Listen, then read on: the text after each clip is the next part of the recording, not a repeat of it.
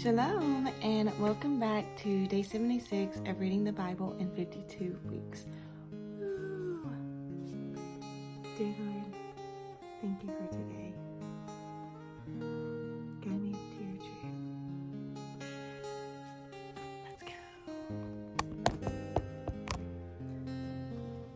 We'll be reading 1 Samuel 4 through 6. Israel went out to meet the Philistines in battle and camped at Edazar, while the Philistines camped at Aphek. The Philistines lined up in battle formation against Israel, and as the battle intensified, Israel was defeated by the Philistines, who struck down about 4,000 men on the battlefield. When the troops returned to the camp, the elders of Israel asked, "Why did the Lord defeat us today before the Philistines? Let's bring the ark to the Lord's covenant from Shalom. Then it will go with us and save us from our enemies." So the people sent men to Shalom to bring back the ark of the covenant to the Lord of the armies, who is enthroned between the cherubim. Eli's two sons, Hophni and Phinehas, were there with the ark of the covenant of God. When the ark of the covenant of the Lord entered the camp, all the Israelites raised such a loud shout that the ground shook. The Philistines heard the sound of the war cry and asked, "What's this loud shout in the Hebrews' camp?" When the Philistines discovered that the ark of the Lord had entered the camp, they panicked. "A god has entered their camp," they said. "Woe to us! Nothing like this has happened before. Woe to us! Who will rescue us from the magnificent gods? These are the gods that slaughtered the Egyptians with all kinds of plagues in the wilderness. Show some courage and be men, Philistines. Otherwise, you'll serve the Hebrews just as they served you. Now be men and fight." So the Philistines fought, and Israel was defeated, and each man fled to his tent. The slaughter was severe. 30,000 of the Israelite foot soldiers fell. The ark of God was captured, and Eli's two sons, Hophni and Phinehas, died. The same day, the Benjamite man ran from the battle and came to Shalom. His clothes were torn, and there was dirt on his head. When he arrived, there was Eli sitting on the chair beside the road waiting, because he was anxious about the ark of God. When the man entered the city to give a report, the entire city cried out. Eli heard the outcry and asked, "Why this commotion?" The man quickly came and reported to Eli. At that time, Eli was 98 years old, and his eyes didn't move because he couldn't see. The man said to Eli, "I'm the one who came from battle. I fled from there today. What happened, my son?" Eli asked. The messenger answered, "Israel had fled from the Philistines, and there was a great slaughter among the people. Your two sons, Hophni and Phinehas, are both dead, and the ark of God had been captured." When he mentioned the ark of God, Eli fell backward off his chair at the city gate, and since he was old and heavy, his neck broke and he died. Eli had judged Israel 40 years. Eli's daughter-in-law and wife of Phinehas was pregnant and about to give birth. When she heard the news about the capture of God's ark and the deaths of her father-in-law and her husband, she collapsed and gave birth because her labor pains came on her, and she was dying. The woman taking care of her said, "Don't be afraid, you've given birth to a son." But she did not respond or pay attention. She named the boy Ishabod, saying, "The glory has departed from Israel," referring to the capture of the ark of God, to the deaths of her father-in-law and her husband. "The glory has departed from Israel," she said, because the ark of God had been captured. After the Philistines had captured the ark of God, they took it from Edazar and Ashdod, brought it to the temple of Dagon, and placed it next to the statue. When the people of Ashdod got up early the next morning, there was Dagon fallen with his face to the ground before the ark of the Lord. So they took Dagon and returned him to his place.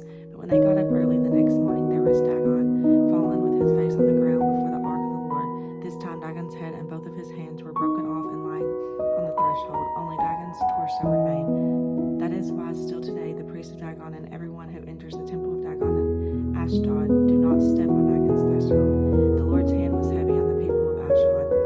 He terrified the people of Ashdod and his territory and afflicted them with tumors. When the people of Ashdod saw what was happening, they said, "The ark of Israel's God must not stay here with us, because his hand is strongly against us and our God Dagon." So they called all the Philistine rulers together and asked, "What should we do with the ark of Israel's God?" "The ark of Israel's God should be moved to Gath," they replied. So they moved the ark of Israel's God. After they had moved it, the Lord's hand was against the city of Gath, causing a great panic. He afflicted the people of the city, from the youngest to the oldest, with an outbreak of tumors. The people of Gath then sent the ark of God to Ekron. But when he got there, the Ekronites cried out, "They've moved the ark of Israel's God to kill kill us and our people. The Echorites called out to the Philistine rulers together. They said, "Send the ark of Israel's God away. Let it return to its place so it won't kill us and our people." The fear of death pervaded the city. God's hand was oppressing them. Those who did not die were afflicted with tumors, and the outcry of the city went up to heaven. When the ark of the Lord had been in Philistine territory for 7 months, the Philistines summoned the priests and the diviners and pleaded, "What should we do with the ark of the Lord? Tell us how we can set it back into place." They replied, "If you send the ark Israel got away, do not send it without an offering. Send back a guilt offering to him, and you will be healed. Then the reason his hand hasn't been removed from you will be revealed." They asked, "What guilt offering should we send back to him?" And they answered, 5 gold tumors and 5 gold mice corresponding to the number of Philistine rulers, since there was one plague for both of you and your rulers. Make images of your tumors and your mice that are destroying the land. Give glory to Israel's God, and perhaps he will stop oppressing you. Your gods in your land, why harden your hearts as the Egyptian of Pharaoh hardened theirs? When he afflicted them, didn't they send Israel away and Israel left? Now then, prepare 1 new cart and 2 milk cows and have never been yoked. Hitch the cows to the cart, but take their calves away and pin them up. Take the ark of the Lord, place it on the cart, and put the gold objects that you are sending him as a guilt offering in a box beside the ark. Send it off and let go its way. Then watch. If it goes up to the road of the homeland toward Beth Shemesh, it is the Lord who has made the terrible trouble for us. However, if it doesn't, we will know that it was not his hand that had punished us. It was just something that happened to us by chance." The men did this. They took 2 milk cows, hitched them to the cart, and confined their calves in the pen. Then they put the ark of the Lord in the cart, along with the box containing the gold mice and the images of their tumors. The cows went straight up to the road of Beth Shemesh. They stayed on the highway, lowering as they went. They never stayed to the right or to the left. The Philistine rulers were walking behind them to the territory of Beth Shemesh. The people of Beth Shemesh were harvesting wheat in the valley, and when they looked up and saw the ark, they were overjoyed to see it. The cart came to a field of Joshua of Beth Shemesh and stopped there near a large rock. The people of the city chopped up the cart and offered the cows as a burnt offering to the Lord.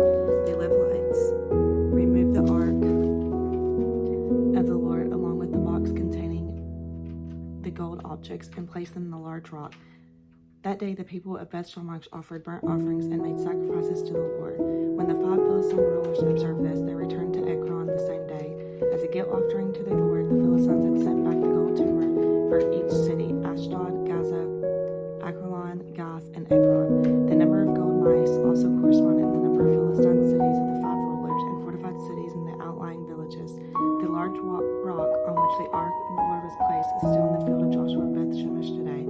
God struck down the people of Beth Shemesh because they looked inside the ark of the Lord. They struck down 70 persons. The people mourned because the Lord struck them with a great slaughter. The people of Beth Shemesh asked, "Who is able to stand in the presence of the Lord, this holy God? To whom should the ark go from here?" They sent messengers to the residents of Kiriath Jearim, saying, "The Philistines have returned the ark of the Lord. Come down and get it." Okay, guys, I will see y'all tomorrow for day 77. May you have a blessed day.